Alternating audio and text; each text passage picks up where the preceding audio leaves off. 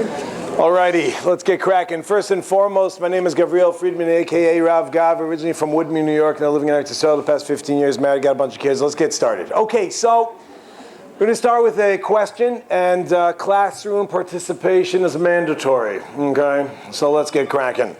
The question is, have any of you ever read a book before other than the Talmud or Chumash? Has anyone ever read a book? If you have, raise your hand. Okay, the women more than men I see. Nebuch. Okay, one day. All right, now of those who have read a book, let's say it differently, I guess, those who have read a book, is anyone currently reading a book on paper, actual paper? Again, women have more self-esteem than men. Okay, so of those of you who are reading a book and have read a book on paper before, has anyone ever done the following? The first thing you do when you read the book, the first thing you do before you read the book is you turn to the last page. Has anyone done that before? Raise your hand if you've done that before. Done that before? Who's never done that? Raise your hand. You've never done that or you don't do that? Okay, I don't know the halachas of tznius here. Please forgive me if I ask questions. Is that mutter in this forum? Mutter. Okay, again, who never did? Who never turned to the last page? Why not? You want to get there. Oh my gosh, thank you so much. Oh, can't get that on camera. Right? Answer is because you want to get there. You want to get there. Okay, on this side, who's never turned to the last page? Come on, even Yom Kippur, you never, no? Okay, fine. Why don't you do it? No reason. Okay, that's a reason. Good. Anyone else have a reason why you don't do it? Yeah.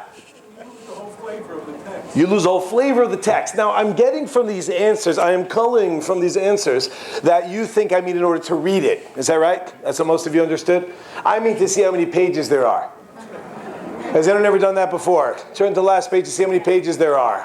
Yeah, okay, that we've done before, yeah, for the most part. And for those who still don't do that, I mean, you all do it in some form. Even if it's not in the book form, if someone offers you a job, they say, I'm going to give you, whatever it is, $10 million for this job. Is there anyone who's in? We hang you upside down for a year, make little incisions in your body while shooting fireballs at you. Who's in? Hands are down. What happened? Answer is, maybe you should ask what you're getting yourself into a little bit, right? Oh, very good. What's a job? Yeah, that's lacha. Yeah, I hear. I don't know if you really meant that or not. I mean, that's what they say why yeshiva guys don't learn Eov, because the translation is job. Anyway, so the point is, back to this, is, was that too much? Was that too early? I'm so sorry. Okay, so get to know me more, then we'll talk about it. All right, so now here's the idea, people. Every one of us does it in one way, shape, or form or another. We look at the last page and we see how many pages there are. Why do we do that? Essentially, we want to know what we're getting ourselves into. Imagine you open up the book and it says 3,820, it says 2,711. What do? I'll read it another. It's the Talmud. Come on, Shas. We learn it. Okay, but let's say it's a book, yeah? What do? We put the book down, right? Okay, now my friends, why is that? Because we think we're probably not going to finish it. We're not going to finish it. I'm so sorry. I feel bad about this thing in the middle. So if I do this, now you see me, and if I do that, so I apologize, okay? Please forgive me for this. You're going to want to sit on the angles. Okay, so it goes like this. Every one of us do this in one way, shape, or form. What we do is we go and we read, we take a look at the last page, we want to see what we're getting ourselves into. And I think it's not only in reference to the concept of reading a book, I think it's in reference to life. In life in general, what we try to do is when we think that things are too much, when it's too many pages, when it's too much work, we get overwhelmed. And when a person gets overwhelmed, what we do is we shut down. In essence, what we do, we shut ourselves down, and then we don't even get involved in the first place. Let's talk about Judaism for a second. Welcome to Project Inspire. No, thank you. Let's talk about Judaism. What happens when a person gets involved in Judaism in some way, shape, or form or another? And I want to tell you something, I don't care your background. It doesn't make a difference. No matter who a person is, even in this room. But if you're dealing with secular people, but in terms of this own room, we all have times when we get overwhelmed. I have in my living room a Svarim Shrank, which I feel so blessed that I don't have to translate that here. But I have a Svarim Shrank, but I will, for those unfamiliar. It means a bookshelf. I have a bookshelf in my living room, which has lots of books. Lots of books, right? Lots of Jewish books. As a matter of fact, my grandfather, Alav Shalom, when he moved to Eretz Yisrael, I live in Eretz Yisrael, I live in the Holy Land. When he came, he sent to my house 60, when they moved to Eretz Yisrael, made Aliyah, 60 boxes of Svarim. Because I have the biggest living room of my family. I have 3 rooms and they have 2. And as I had the biggest living room, so they sent it to my house beforehand, and I was able to swipe a bunch of Svarim beforehand. Nobody let us split a bunch of whatever it is, very into Svarim. So I have a lot of Svarim, hundreds of Svarim in my living room. And there are times I'll come home after learning, teaching, whatever, and when I come home, I take a look at the Svarim Shrank. I say, you know what, maybe I should learn something. So I look at it, I see like, all right, let's learn some, I don't know, Rabbeinu Bachaya. Let's learn Rabbeinu Bachaya. And as I go to grab it, I look to the left, I see Ari Kaplan. I'm like, that looks interesting. So I go for the Ari Kaplan. As I'm Ari Kaplaning it up, I see Kabbalah, right? This is the Ramchal's introduction to Kabbalah. I'm like, let's do some Kabbalah. And then as I'm about to grab that, I see another one, and I just get, I'm like, I push a button, then open up, a big screen comes out, and I just watch Torah anytime. That's what I do. Okay, so what happens is we get overwhelmed, we shut ourselves down, we're not able to do it, there's way too much. Very simple, very simple. Person sees too much, we end up burning out. Now let's take this a little, we're going to be very specific, because I know if there's especially yeshivashers in the room, we're going to be very specific. Is there a chiyuv, is there an obligation for one to finish Kol HaTorah Kula? So let's say it differently. For a 13-year-old male Jewish boy, is there an obligation for him to finish all of Torah? Yes or no? Who thinks yes? Raise your hand. Okay, who thinks no? Who no habla inglés? Okay, let's try again. Who thinks yes? Raise your hand. There's an obligation.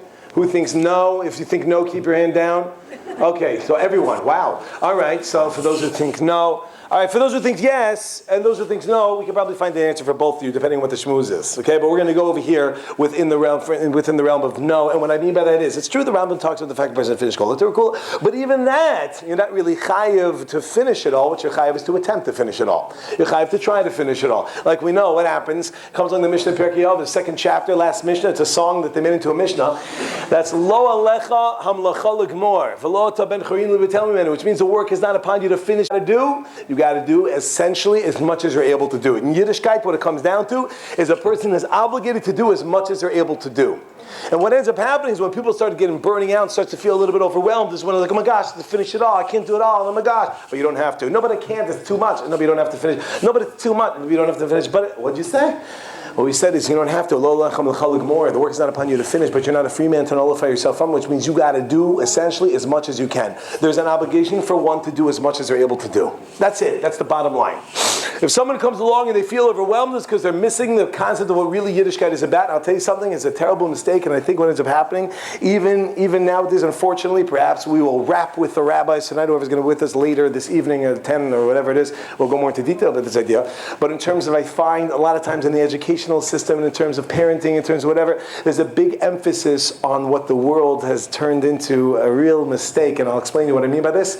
Let's start with it. I'm assuming many of you are from New York, because we're in that area. Is that accurate? Would anyone here consider themselves a real New Yorker? Anyone a real New Yorker, and you're not embarrassed to say it? Okay, I see a lot of people embarrassed. Okay, here we go. How you doing? Nice to see you again.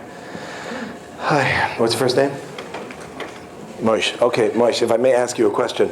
Imagine you hire me to build you a building, okay? And I say to you, okay, how many floors do you want? A skyscraper. How many floors? 110. I come to you after 55 of them. And I say, listen, okay, I tried my best. Okay? I did the best that I can. And what do you say you pay me for the half that I did? And the other half, find somebody else to finish. What do you say? A real New Yorker, please, no inappropriate language. Yeah. Find some way of finishing it. Well, okay, he said it so nicely. Find some way of finishing it. Yeah? Wink, wink. Yeah, okay. No, I tried. What do you say? Try hard. Try harder. Come on, what did a real New Yorker say? Not only am I not paying you, but you're going to pay me because I'm going to sue the pants off you. Does everybody get that? Nice try. Well, hold on one second. Doesn't Judaism say try the best you can? Was anyone here raised with that idea? Was anyone here actually raised with your parents teaching you about Yiddishkeit? You got to do the best you can, and that's it. You're not chayiv to do any more than the best that you can. Was anyone actually raised that way? Seems like not. Okay, one of you. Good. There's always at least one in the crowd. The rest of us, what's going on? Are we raised that way that you got to do the best that you can? And what do I mean raised that way? What do I mean the best that you can? Let's work it. Let's take it through. Let's see. You come home from school, and in your report card on your grades, you got an F. But in your effort, you got an A. Steak dinner? Steak dinner? Absolutely. You know why? because you're on the stake. You understand? But I understand, Mom. Didn't you say I have to do the best that I can? I don't care what I say. You do what I do, not what I say when I'm doing it. And I'm getting doing it, right? And it says, what's going on over here? I thought you said I got to do the best that I can. What it comes down to is a person is not obligated to finish anything. Says Yiddishkeit, you are chayav to do as much as you're able to do, and that's it. What ends up happening is we put in all these competitions, we put in all these ideas, we put in all these, oh yeah, look who can learn the most daf. And the person knows and learns the most daf. And wonderful, what did you just do? So we made it to be that a kid who can't do that much, all of a sudden he didn't finish all those daf, and what is he worth? Lo lechem l'chol gemor, you don't got to finish it. Why are we basing it off that? Which means, my friends, what essentially is Yiddishkeit? It boils down to one thing.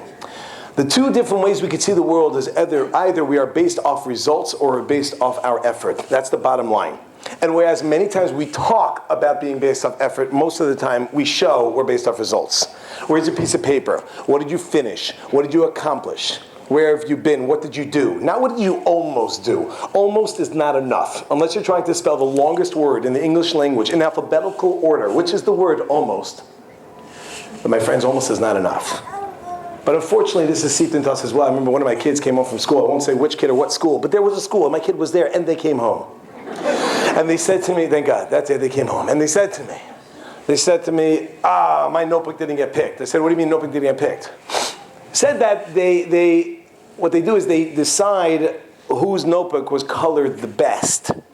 And that notebook gets taken to the principal. So there were two things messed up in the story for me. One is, you're playing favoritism and whose color, like how do you know? And number two, my kid wants to go to the principal, something's not right here. Yeah? When I grew up, it was different. Yeah. But the point is, the first one is like, that's what you're basing it off. Who's deciding what's going to be better or is going to be sitting, who decides that? I found that afterwards, thank God, to this credit, that it was really every kid got a chance. It's just they just made you feel like you're worthless. But everyone eventually got a chance, yeah? But you get the concept, like what's going on over here? Lo lechem l'chol gemor. Now in Yiddishkeit, by the way, why is it that we say that it's not about, where in the Western world, which is now the world, globalization, but whereas the Western world comes and teaches us, it's about results, it's not about effort. In Judaism, we say it's about effort, it's not about results. So then why do we make a siyum? What's the purpose of that? Why do we make a geshmak? Oh, human beings, there is a concept that we need to feel like we are accomplishing. This is a reality. We need to feel like we're accomplishing. But a siyum doesn't have to be mesechet, right? We have stories of Moshe, Tshuvas. It doesn't have to be mesechet. It's something where you feel like there's an accomplishment, you did something. But at the end of the day, it's not about that. It's not about what you finish. It's how much you put in. In Yiddishkeit, it's only about effort. Why is that? Why is it only about effort and it's not about results? Anyone? Why in Yiddishkeit is it only about effort, it's not about results? Yeah. Very good, because the results are not in your hands anyway. This, my friends, is crucial. This guy's a whole discussion. Bechira, Yediyah. Okay, results are not in your hands anyway. The only thing we have is effort. Whether or not you're going to succeed in something, totally not up to you at all. Even to understand learning. But you chazer and you chazer and you chazer. Learn the Gemara Megillah. What does it say? You got to matzah tamin, right? What does it say? But that's what the Torah. That's a mechudad. Be sharp. Be quick. To know Torah. To remember Torah. Siyata d'shmaya. Shal siyata d'shmaya. You can't remember Torah. You can chazer all you want. You're not going to remember it if the Rebbeinu Shalom doesn't give you a bracha to remember it. This week's parasha, last week's parasha, this week's parasha. Moshe Rabbeinu, our senior, the Medrash says, every day HaKadosh Baruch Hu taught him Kol Torah Kula, and every day he forgot it. Until the last day, he's like, what do you want from me? He said, all right, fine, I'll give it to you as a matana. And he gives it to him as a matana. Not only that, we know the famous idea that what happens when HaKadosh Baruch Hu shows him the kalim, the different kalim. You read through the parashas, which I know I kind of lose people when I start talking about truma or tetzava or anything that has to do with kalim or measurements or cubits, right, or anything to do with the vestly garments of the vestments of the garmentals, right? Whatever gets lost. But let me tell you about a little idea that you all probably have heard before. A little chazara though. And that's the fact that we know that Moshe Rabbeinu was told all the measurements. Very different. HaKadosh Baruch Hu gave all the measurements, all the different kelim, all the different vessels of the Beis Hamikdash. The menorah, though, was a little intense. And if you just have to read the psukim, right? You read some of the kelim is like Amma v'chetzi kamasova, Amma v'chetzi rachbo, okay, it's 1 by 2 by 2 by 1. Okay, I got it. Okay, 2 by 1 second, 2 by 1, 1 by 2. Okay, I got it. Now ready for the menorah. Here we go. Goblets, under the goblets, to the 3 goblets, to the left goblets, to the right goblets, now right goblets. Go. Moses is like, I quit. And Hashem says, I'll show it to you. I'm going to show it to you in a fire. He shows him the menorah. Why? The answer is because the menorah was the idea of the Beis Hamikdash, which was chachma. Chachma is the idea which is all min hashamayim. It's a gift. It's a gift. It's given siyata d'shmaya. It's not up to us, the results. Are you going to finish something? You're not going to finish something? It's not up to you. You can decide all you want you're going to do something. You could choose to do something. You could try to do something. Whether or not you succeed is totally up. It's totally out of your hands. As I once heard a doctor say, so funny. I volunteered in Eretz Yisrael from Magen David Adom, from Madda, and when we were training, one of the things we did was childbirth. Now we trained for 10 hours on childbirth. Well, more later in Shabbos, I'll tell you another story about this, but we trained for about 10 hours. And what did we learn? Anyone know what we learned over those 10 hours? Call a doctor. Yeah. And guess what the doctors learned in childbirth? And this is what a doctor told me who deals with this. That's right. I'm sorry, my memories. Right? So I'll tell you that we learned essentially catch. That's what we learned. Catch. Yeah, because what else is there to do? Okay, umbilical cord is, God forbid, a situation like that. You put it over the shoulder and the suction and different things. But only for basic things. We basically learned catch. And this doctor who delivered thousands of babies said to me the following thing. He said, when we were learning about this, he said to me, this is one of the few things where we say to the doctors, stop doing something and stand there already. Everybody get that? Stop doing something and stand there already. Yeah? That's essentially life. Stop doing something and stand there already. In other words, try. We got to try. But at the end of the day, we succeed. It's not up to us. I want to show you, let's get a bit deeper, the idea that it really comes down to the effort. It all comes down to the effort. It's not about results. Let's talk about it. I'm going to ask you all a question. I'm going to ask you a question. And when I ask you the question, I do not want you to answer me from the Torah. Some of you will answer me from the Torah. I will then ask you, where did you get that from? You will try to wiggle out of it, and then we'll start over. Okay, here we go. I'm going to ask you a question. Do not answer me from the Torah. The question goes like this. The question goes like this. Imagine that God came to you, and God said, don't eat pig. And then a man came to you, and he said, eat pig. Who should you listen to? Everyone's nervous. Who should you listen to? This is independent of the Torah, my friends. Straight up logic. If God comes, well, how do I know it's God? You know, but how? It's God. But how do I know? You don't know, not you. Everyone else, yeah? God comes to you and he says, don't eat pig. And then a man comes and says, eat pig. Who should you listen to? What's the answer? Okay, God. Everyone feels more comfortable now. Good. You're letting your guard down. Okay, so what happens is God. Now let's redo this. You have this situation where God comes to you and he says, don't eat pig. And then a man comes to you and says, eat pig. And if you don't, I'm going to kill you. Who do you listen to? Who thinks God? Raise your hand. I just want to let everyone know, on this side, there's no one. On this side, there are two. Okay, who thinks the man? You should listen to the man. Okay, why is that? Where'd you get that from? The rabbis. He got out of it. It's not the Torah, it's the rabbis. Okay, let's start over. Yeah, who should you listen to? Who told you that? Where'd you learn it? In school. School and the rabbis. The rabbis in school. Okay, I want to let you guys in a little secret. These rabbis got it from the Torah, right? Okay, people, let's start over. God says, don't eat pig. Man says, eat pig. And if not, I'll kill you. Who should you listen to? Why the man? I didn't ask who would you listen to. Who would you like to listen to? Who should you listen to? The pig. Very good. Okay. That's going in the next class, shkoyach. I'm going to take credit for it, though. Yeah. Why? How do you know God told you that? From the Torah. Okay, let's start over. This is beautiful to see that you guys cannot remove yourself from Torah. It's mamish unbelievable. It's mamish amazing. But again, I want to try without the Torah. Yeah, who? Why man? Self-preservation. Nasha, you're in the Torah, out of the Torah. want to live. All right. This is going to get out of hand, ladies. We're like, gentlemen, calm down. I see you're out of control here. All right, here we go. Let me give you an example. Let me try to help everyone. The Gemara has this discussion. This is Gemara in Sanhedrin. So I'm gonna bring it up, and you'll agree or disagree. We can agree to disagree, like my sister and I. Okay, and that's what we may end up having to do now for time's sake. Okay, here we go. The answer is, if God tells you to do something, let me make the question simpler. If God tells you to do something, should you listen? Yes. One more time. If God tells you to do something, should you listen? Yes. The answer is absolutely. You should listen, right? You should listen, right? Yes. If God tells you, you should listen. God said, don't eat pig. In our little example, did he say don't eat pig except? In our example, did he say don't eat pig except, or did he say don't eat pig? Don't eat pig. And if God said don't eat pig, what does that mean? Unless the pig talks to you, right? Then you got to speak someone. Yeah? Are you a psychologist? All right, so you go ahead and you don't, okay, good. So far, so good. Now, God tells you something. Someone else comes and tells you something which is against what God said. Who should you listen to? So far, so good. So far, it's just like one of these, like back in the day, you could still do it, the split, like the left and right on like audio. So it's like, that's what's happening here. Yeah, we have like, God, and it's just like, I will not answer. Don't even try. Okay, here we go. So we have the following idea. God tells you don't eat pig. Man tells you eat pig. If not, I'm going to kill you. Who should you listen to? Please say God again. Thank you, God. That's right, God. It should be Hashem.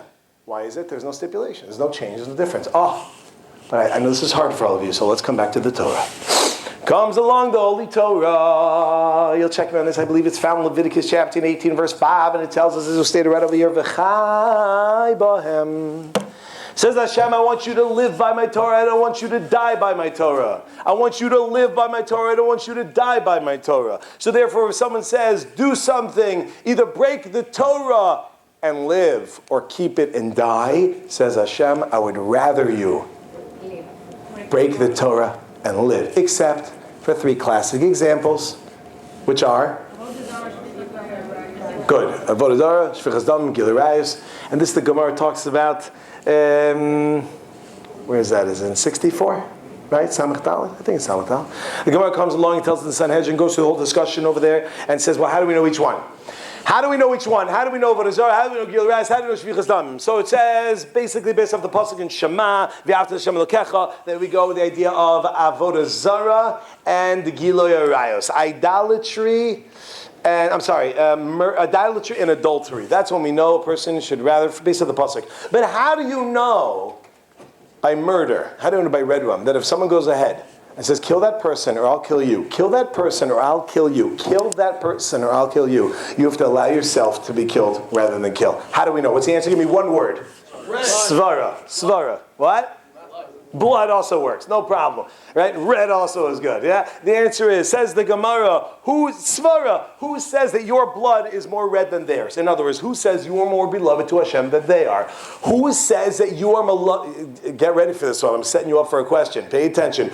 Who says that your blood is more red than theirs? In other words, maybe they're more beloved to God than you are, we don't know. Therefore, shevi al taseh as opposed to kum be'aseh. You have to sit back and allow yourself, it doesn't mean you allow, if you can kill that person, try. But if you can't, right? But if you can't, okay, then you allow yourself to be killed, rather than going and killing somebody else. All right, people, let me ask you a question. Imagine for a moment somebody gave a gun to Moshe Rabbeinu and said, kill Friedman. I'm Friedman. Kill this Friedman, yeah? Kill Friedman, or I'll kill you. Now, people, who's on a higher level? Moshe Rabbeinu or me? I don't know. Who's on a higher level, Moshe Rabbeinu or me? I don't know. You want an answer? Come on, I want an answer. Who's on a higher level? Please get out. Thank you. Thank you so much. Open the doors. Yeah. Who's on a higher level? Come on, who's on a higher level? So he got the right answer. For all those who said Moshe, why would you think Moshe? Why would you think Moshe is on a higher level than me? Some of you don't even know me, okay? Why would you say such things? How do you know? Who says Moshe is on a higher level? Oh, well, that Rambam says, don't be as great as Moshe Rabbeinu. Did I say that accurately? Did I say that accurately? No. Good. There'll never be a Navi like Moshe Rabbeinu. The Rambam himself says everyone can be on the level of Moshe Rabbeinu. So it seems like a stira, but the answer is with nevuah. Which one do you put in more effort? Excellent. So I don't want to talk about it now, but it's a good point. The reason why those who would think it's Moshe Rabbeinu is because look how much he did. Look how much he did. I mean, the guy split the sea. Moshe Rabbeinu split the sea. He brought, oh, that's not enough. Okay, but you get the idea. He brought Kalaisa out of Mitzrayim. He was amazing, unbelievable. Well, my friends, what would the halacha be if someone gave a gun to Moshe Rabbeinu and said, kill Friedman or I'll kill you? What would Moshe Rabbeinu have to do? He would have to allow himself to be killed. So everybody get that? Which is a very big eye-opener. It comes to show that who's on a higher level. The answer is the Mishnah in Perkei was 525. Ben hey omer the fun Sarah Agra. According to your pain is your reward. Right? Which means what? Which means we don't know. It's all based on, right? Bear Bryant, the coke the Vikings, I think it was, right? It says ideas. No pain, no gain. The more you put into something, the more you walk out with something. The answer is probably Moshe Rabbeinu. Okay, but the answer really ultimately is we don't know. We have no idea. Once again, showing the concept, it comes down to what is it about? It's about how much you put in. Yeah. It does say the statement. Therefore. How do I know he's not a bigger chacham than Moshe? I hear that. It is confusing sometimes. Thank you. Please come again. You are welcome, and you get the front seats. Yeah? Okay, so the answer is, my friends, we don't know. Let's go further. We know the Gemara in Bava Basra. I believe it's in Bava Basra. It's also in Pesachim. Yudam and Beis Bava Basra, the end of the third parak in Pesachim. Very famous story. One of the greats falls into a coma. When he comes out of a coma, his father says to him, son, tell me, what did you see? He's like, Dad, you see. I saw an upside-down world. Those who are up in this world were down in that world. Those who were down in that world were up in this world. Everything was going out of control. And he says to him, son, you saw the real world. The world we live in is an upside-down world. Now, what did he mean? What did the son mean when he said, I saw an upside-down world? Those who are up in this world were down in that world. Down in this world were up in that world. What did he mean? So many people, just again, I'm sorry, I would normally open this up more, but people aren't as coming forth as much as they'd like to, so I'm going to go and answer it straight up. And then also in terms of time, let's blame it on time. It's not you, it's time. We can still be friends. Okay, so it goes like this. The reason why what exactly did he mean? So many at this point would think, well, those who are rich, those who are famous, those who do really well, those who get the great kavod and the honor, whatever, those are the people that are up. And those, those are considered up. And those that are considered down are the ones that are like, poor and whatever it is. Yeah? Comes along the Rishonim and they say negative.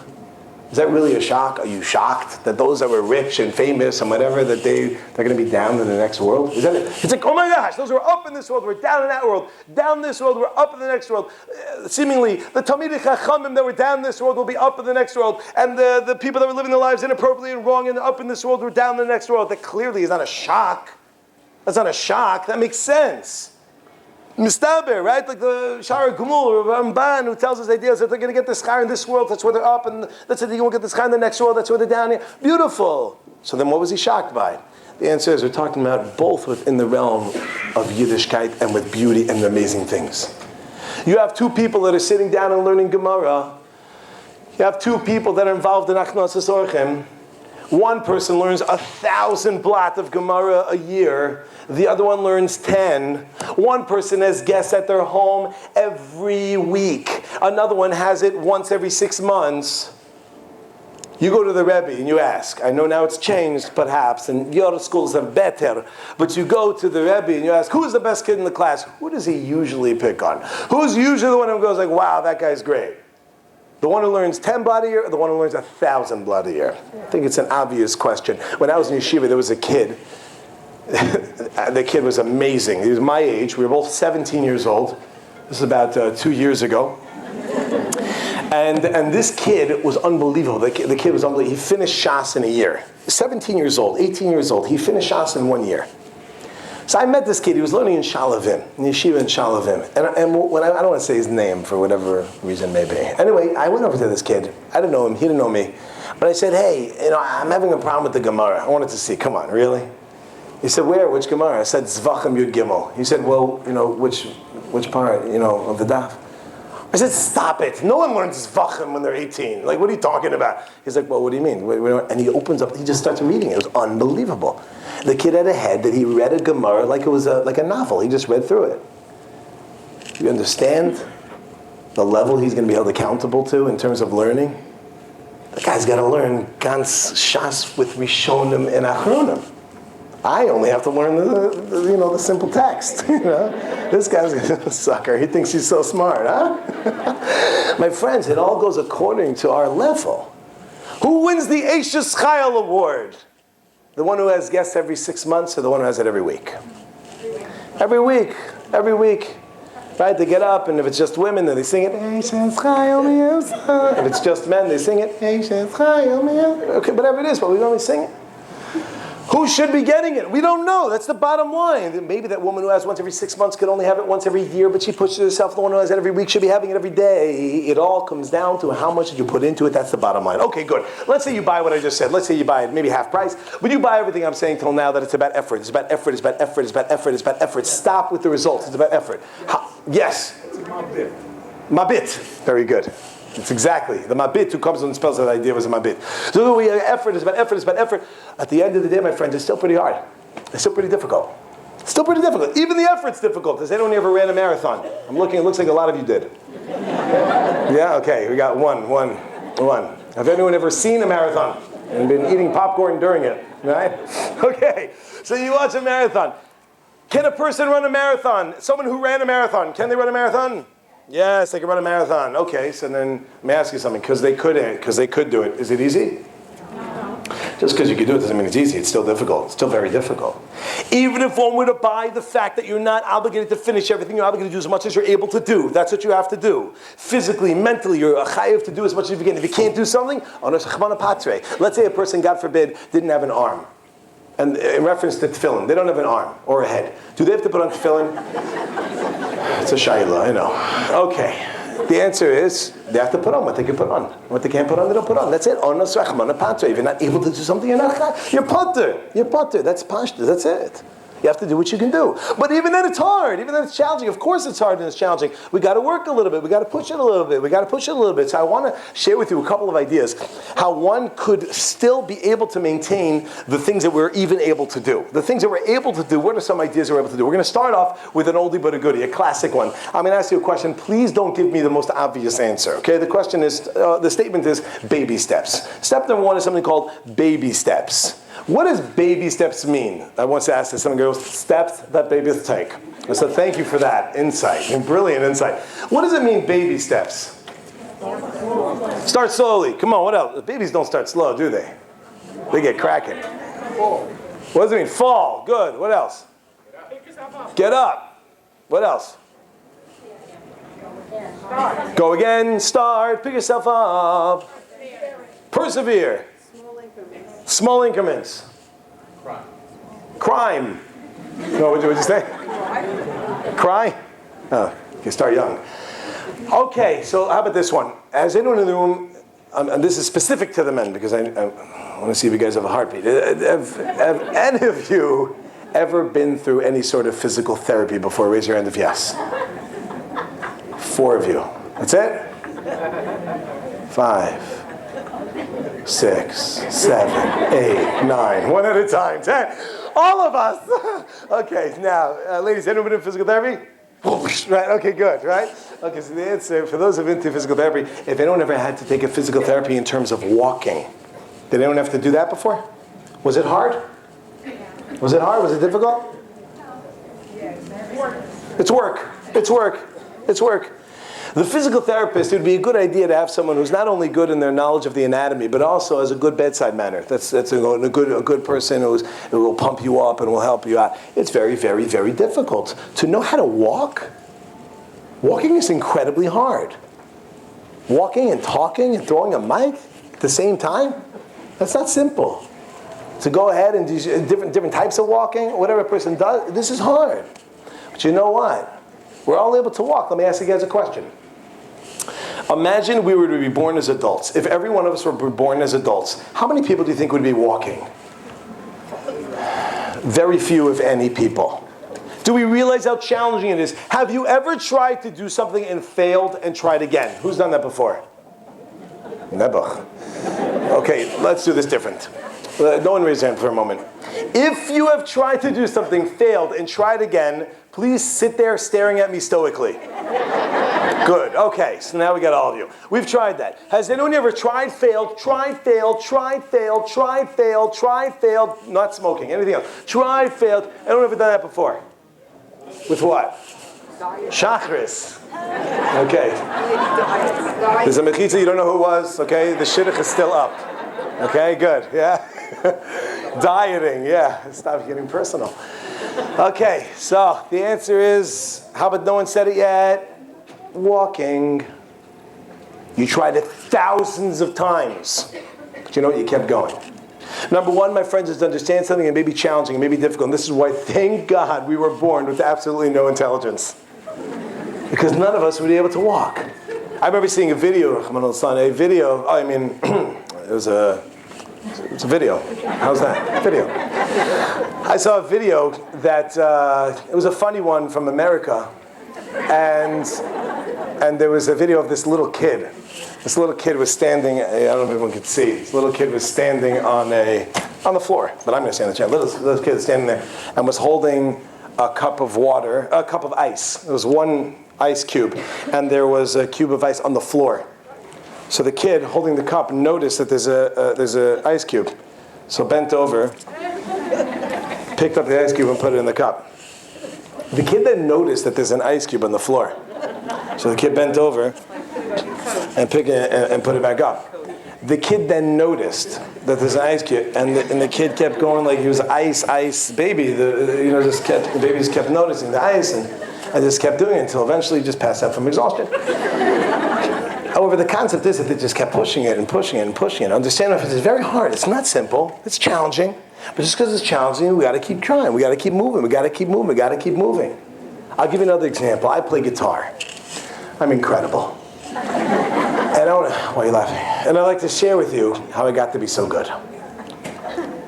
So my parents had a CD player. CDs are compact discs. They came out in 1981. They went out in 97 with the advent of the MP3. So the round things, people throw them around now. And they had a CD player, and there was a feature on there called A-B playback. A-B playback was, and you still have them, by the way, maybe if you know what it is, then you know what it is. It basically loops a certain area. If there's a certain part of a song or shir you want to hear over and over again, so then you press A, you press B, and then it'll loop it, right? So let's say I'm trying to learn how to play a song. Gosh, I feel so, pardon me, okay? Pardon me, okay? There's a guy named Stevie Ray Vaughan, okay? Shmuel Rachamim Vaughan. And he's a ger today. He's dead now, but anyway, so Stevie Ray Vaughan has a song, okay? There's a song. I'm not going to tell you what it is because you're going to, chatz v'shalom, but it's a song. The first 11 seconds goes like this. And I was like, what just happened? And I want to learn how to play the song. And I'm trying to learn it. I'm like, this is crazy. So I put it on loop. And over and over. And even that I wasn't able to get. So I started looping just the first 2 seconds. My parents threw me out. Haven't spoken to them since. But I can play the song. You see, all it is about taking something and breaking it down. I want to share with you where this comes from. My sister came to me many years ago and she said, can you teach me how to play guitar? I said, sure. So I sat down. We sat down together. I'm holding a guitar. I gave it to her. Now, I don't know if anyone here has a hobby. If anyone likes music, you can see what it is. But when I start playing guitar, I go in another world. I'm in another world. So I say, okay, no problem. So I take the guitar and I go in my own world. After 2 minutes, I come back down. She goes, that's great. Are you going to teach me or no? I said, no. Anyway, a couple of years later, I was in yeshiva, and a friend of mine asked me, can you teach me how to play guitar? I said, sure. We went down, we started doing it. I take the guitar, another world, I come back down. After I come back down, he says to me, not my sister, he goes, how did you get to be so good? I said, actually, it's a Gemara in Kiddushin. It's the Lamed Amud Aleph, it's the bottom line, 11 words in. Rashi, bottom right corner. What's the Gemara? Those who know don't say, those who say don't know. Kabbalah. Okay, so the Gemara says like this. How well should somebody know they're learning? How well should you know you're learning? Says the Gemara, you should know you're learning so well. She'im yish'al lecha adam davar. That if a person asks you a question and you're learning, al tigam game b'tomer lo. Don't stutter and tell him. Rather, tomer lo miyad. Answer him immediately. Should I remember l'chachma chosiyad was on the page, but you should answer him immediately. You should be able to nail it right away. Right? For example, what's your name? Say it again. Good. Excellent. You answered that right away. Very good. Okay. Let's. What comes after 17? Nice. Before 32. Nice. 18 is also before 32, but good. All right, 31. Okay, now, how did you know that? How do you know that 31 is before 32? I know. How do you know? The Mabit. How do you know? Because I know the numbers. Because you know numbers. How do you know numbers? What? School. What is the ninth element on the table of elements? Come on, you learned it in school. How do you know that 31 comes with 32? It's not just you learned it in school. Says Rashi in the bottom right hand corner, Chozer aleim ubadak be'amkam. Not be'amkam, be'amkam. You need to chozer aleim. You need to review them and get down into the depths of them, going over and over and over. Ba-da-da, ba-da-da, ba-da-da, ba-da-da. You've counted so many times in your life. That's like they say, it's reminiscent of a story, which has nothing to do with the shir. I just want to tell you a story.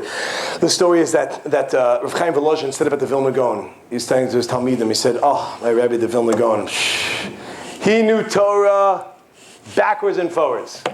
He knew Torah backwards and forwards. They said, Rebbe, what's the big kunz? You also know Torah backwards and forwards. He says, no, let me explain this to you. Okay, I don't want to call anyone out here. Does anyone know, we say a couple of times a day, hopefully 3 times, Ben Olam Haba. Ben Olam Haba, if you say 3 times a day, Ashrei. We say Ashrei 3 times a day. I'm assuming some of you know it by heart. Is that correct? Who you feel somewhat comfortable in Ashrei? Okay, I'm going to ask it to everybody. I want to ask it out loud. Okay, I'm going to start. I want you to help me out. Okay, here we go. Ashrei Yoshev Eisecha. Okay, good. Just give me the next word. Od. Okay, here we go. Chanun. Okay, next word. L'chol. I was thinking Karav, but okay, we can do that one. That works also. Okay, now I'm going to say a word. I want you to tell me the word that goes right before it. Door l'dor. Right before door. Right before door. Cheker. Good. Okay, what comes before the word Ves? Okay, good. So the answer is, as you see, we got cheker. Good. What do we need to do to get cheker? We need to go back, forward, and then we know what back is. Everybody get it? My Rebbe, I know Torah, says Chaim Volozhin, forwards. We've only gone to it backwards and forwards. You understand? That's what it means. We know numbers like that. We know numbers backwards and forwards. We're holding in them. We can even do them quick. 2, 4, 6, 8, 10. Bam. Women are doing better than men, but okay, we'll get there. Understand what I'm saying? I can go 3, 6, 9, 12. Bam, 1, 2, 3. I gave you a chance, right? Okay, yeah, so we go ahead. We know these things. How? 4, 3, 2. We can do it because we've done it so many times. We were to Chazar Gemara enough times, go through it, Siyata D'Shmaya, we'll be able to get it. Understand, my friends, is what? Going over. Understand it's challenging. It's going to be challenging. It's going to be difficult. But even if it's going to be challenging, difficult, if a person pushes himself to be able to overcome it. There's so much more about this, but I want to share with you at least one more idea. Perhaps 2. A quick recap. 1 story, then we're done. Though the idea I want to share with you is a famous concept based off the Vilna Gaon. If you want a makor, please tell me. I will please get back to you. I heard it from one of my rebbeim when I was learning in yeshiva called Yerushalayim. Rav Yishai Kenigsberg, who told me this beautiful concept. He showed it to me inside. Every year I ask him where it is, and every year I forget. So one day maybe I'll write it down. But if you really want to know, let me know, and I'll let you know, and we'll let each other know. Okay, here we go. Based off the Vilna Gaon. There are 4 things that a person is supposed to look at every single day. Every single day, we wake up in the morning, there are 4 things you're supposed to look at. What are they? Number one, today is the only day. Number 2, you are the only person. Number 3, TWWCFY. And number 4, X, as in the variable, the letter X. Okay, here we go. Let's break them down. Break it down. Here we go. Number 1. Today is the only day. What does that mean? Anyone know a little Latin? Right, carpe diem. A little modern Latin would be YOLO, right? But that's what? Carpe diem. Today is the only day. If you would understand the fact today was the only day, you don't have another day, what would we do with that day? And not only that, what would you do with it? But you'd also think about the fact that there's no being overwhelmed. Oh my gosh, there's tomorrow. There was yesterday. No, there isn't. There's just today. There's nothing but today. Just today. If I told you there's just today, then we could do unbelievable things. Okay, I can go and I can focus. And focar, as they say.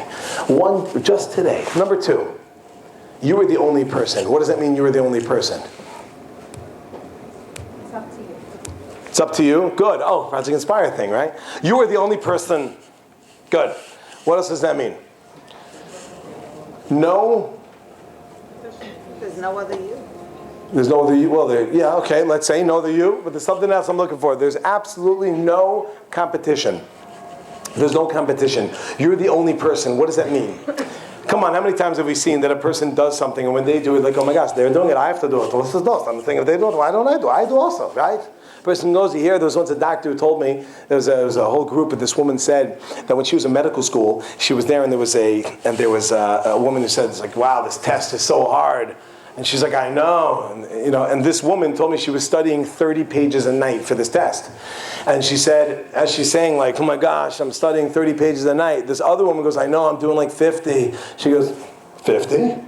So what did she do? She said it's doing 50. And what happened? She failed miserably. Someone else is learning a little more. I need to learn a little more. Someone else is doing a little more. I need to do a little more. My friends, it's a relation with us and the Eibishter, us and the Kodesh Baruch Hu, which means you are the only person. There's no one else. It's good to have them there to push you a little bit, to get to your own level. But the bottom line is don't get caught up with what they're doing. It's where it's us and the Kodesh Baruch Hu. Number 3, TWWCFY, Tiwasifi. I think that's self-explanatory. And number 4. For the uninitiated, we'll help you. Okay, what's TWWCFI? Gemara Sanhedrin 37a.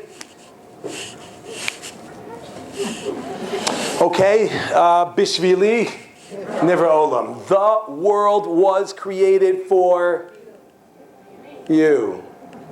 I'll put a you there, right? Tiwasifi. TWWCFI, the world was created for you. Ain't no mountain high. The world was created for you. Which means, what does it mean it's created for you? That means you've got a responsibility. I mean, imagine for a moment you walk into your house, you want to grab a bite to eat, then you're going to go out. You're hungry, you just want to grab something, you're going to leave. You walk into your house, you flip on the lights, there's 50 people that go, happy birthday! And it's actually a birthday, it's not random. You're like, oh my gosh, thank you so much. And there's a cake and there's food and you're like, oh my gosh. And you go to the table and you take a piece of cake, you say thank you, and then you go to leave. They're like, where are you going? You're like, well, I just wanted a bite to eat, I was going to leave. I'm so sorry, but this is for you. Which means you got to stay now. The world was created for you. The mountains, the valleys, the birds and the trees, the beautiful wind that's blowing in the breeze. It's a book I read to my wife. My daughters. So we go over here, this beautiful stuff. The whole world is created for you. There's a responsibility, something that we must do now. And number 4, the only thing that exists is X. What does that mean? That's a variable. That depends on the person. That depends on your situation. If there's something that you feel like you're ready, willing, and able to take upon yourself to do a little bit better in, to be a little bit more islavos, a little more geschmack, a little more putting into, then do it. But you know what happens? Yetzer Hara comes and says, I really should work on my brachos. You know what else you should work on? Going to Shachris. You know what I mean? Whatever. Yeah. What else? You should also be working on your limud Torah. You should also be working on your chesed. You should also be working on. You're like, oh my gosh, I should, and then forget it. Says what? Number 4 is, the only thing that exists is X. You take something upon yourself and you take that thing and that's the only thing. You put everything else aside. Like the Gemara tells us in Sukkah, Daf Daled and Daf Hey, it's another idea when we reference actual Sukkah, but tafasta meruba, lo tafasta. You grab too much, you end up grabbing nothing. Tafasta miyuta, tafasta. You grab a little bit, you end up grabbing. Take something, nail that thing. Doesn't mean you can ignore everything else, but this is the yag v'yav. You don't miss anything, you do that thing. Okay, my friends, that's number 4. Yeah, recap, and then we're going to finish it off. Okay, here we go. So we started off in the beginning. How many people like to do? First thing you do is turn to the last page of a book. Why do you turn to the last page? You want to see how many pages are going to be? 1,405. What do we do? Shut the book, put it away. If it's a little more, we're going to do it. Why? Because we get overwhelmed. The things not only in terms of the idea of this class right now that I'm doing, but also in the idea of Judaism. We see this too much and we throw it away. It's just too much to do. It's, what are we going to do? Lo lachem l'chaluk more. Mishnah Pirkei Avos, second chapter, last Mishnah says, it works out if I finish, but you have 3 minutes to live. I said, what you got to do as much as you can. What you got to do as much as you can. What you got to do as much as you can. But I have to do more. won't know as much as you can. Here's my notebook. It's the best one. No, it's not. You fail. Okay. Next day. Now it's the best. Well, oh my gosh. Now I feel terrible. I feel great. What do I do? Right. Understand about Allah, my friends. It's not about results. It's about effort. And when in the Western world, it's about the results, and in the Jewish world, it's about results. It's about effort. Unfortunately, what happens is it's been turned to the concept we think it's also about results. No, it isn't. You're only chayiv to do whatever you're able to do. Rahman al-Litzon, a person don't have an armor ahead. They don't have to put on tefillin. That's the bottom line. Understand this concept. Realize that we're only able to do as much as we're able to do. Think about the Gemara. We said in one place, it's a concept. First, the deal Moshe Rabbeinu, a person goes in and we said, well, don't I say the Torah, the Torah, the Torah, the Torah, the Torah, the Torah, the Torah, the Torah, the Torah, the Torah, the rabbis. Right? So we go and say school. Right? At the end of the day, what do we say? A person is only able to do as much as they can. Comes along and says, what do? You have to kill that person. Moshe Rabbeinu, who's on a higher level. Thank you very much. Answer is, we don't know. The Mabit comes along and says, what are you talking about? This one's up and down, even with good things. The person puts in a lot of effort, but there's a little bit of result. The bottom line is that the person's on a higher level, and the person put a little effort, and he'll get a lot of results. We don't care about the results. It's not up to you anyway. After that, we get a little bit further. The Gemara comes and tells us above Basa also found in the idea of Psach, and then the third paragraph above Basa said a person goes to the Olam Echor, he's an upside down world. He goes, what do you mean upside down world? He has the same idea. What is it? We're look into other things. We get a little bit further. We look at one person goes in. Oh right, ice, baby, ice. Right, he said, got it, 18, 19. How do you know? Ninth element. I don't know. And it says, what do we do? Gemara, Lamed Amud Aleph, bottom line. How many words in? 11 words in, ladies. Very good. What's going on, guys? Very good. Yeah, no shachas, but good Gemara skills. Right? So you got the college, right? 11th word in, and that's how the comment. Then we got the bottom line. The person goes to push it. It's going to be a little difficult. 4 things. Today's the only day. You're the only person. Tiwasifi and X. I want to end up with one last thing. We're done with this. Listen carefully. I'm going to ask each one of you, well, not each one. We don't have time for this. I'm going to ask some of you a question. You have 2 seconds to answer. If you don't answer, it moves on to the next person. Here we go. I'm going to offer you right now, if I can, because you're sitting in the front, but you're smart. I know you have a head for this, especially involved with the heads, right? So here we go. Listen carefully. I'm going to offer you right now the chance. I mean, I'm not really offering this to you, and even if I had the money, I still wouldn't do it. Just like that's okay, right? That's our record. Okay, you understand that? I would never offer it to you. Here we go. I'm going to offer you right now a check for $347,000. You will get it in 1 month. In 1 month, you will receive a check for $347,000. Or what I will do is I'll take 1 penny. I know this one. No, you don't. Every day, no, I do. Every day, I will double the value of the penny for 30 days. So day 1 is 1 penny. Day 2 is 2 pennies. Day 3. 4 pennies. Day 4? 8 pennies. Day 16? 16. Okay, ready? Now, at the end of 30 days, would you rather the check for $347,000 or the value of the penny after 30 days? Penny? $1 million of the penny after 30 days. Time's up, you lost it all. $1 million of the penny. Penny? $5 million of the penny. 10 million of the penny. 10 million? Take the money. No, it's after 30 days also. Who said 5 million of the penny? Who said 5 million? 5 million of the penny. Who thinks 5 million? Who thinks the penny? Oh, we only got 1 of you. Oh, 2 of you. Okay, listen carefully. If you take 1 penny and you double it for 30 days, you're not going to believe me, but check it. It comes out to $5,369.12. You don't believe me? Check it. 5368709.12. My friends, we all look at the big pictures. We want to get there. We want to be huge. We want to be unbelievable. We don't realize that the small, little things that we take consistently grow over time, and 1 penny comes out to over 5 million. Thank you so much. It's been a pleasure. See you when I see you. Thank you. Have a good day. Bye.